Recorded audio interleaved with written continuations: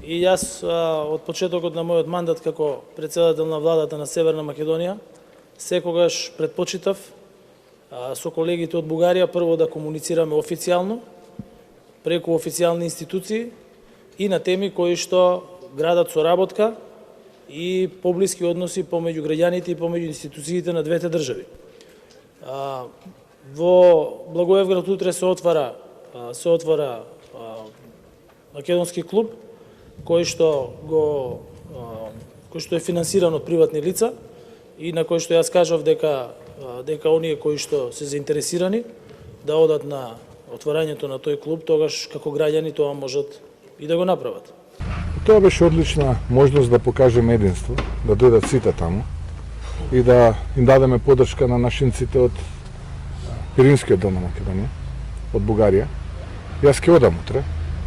на тој начин што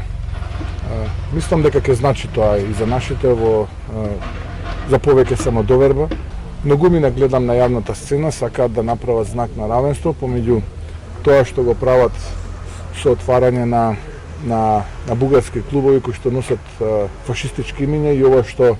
го прават нашите македонци во соседна Бугарија со името на Никола Јонков Вапцаров, но тоа не е така, затоа што Вапцаров обединувал, поврзувал, спојувал, за разлика од,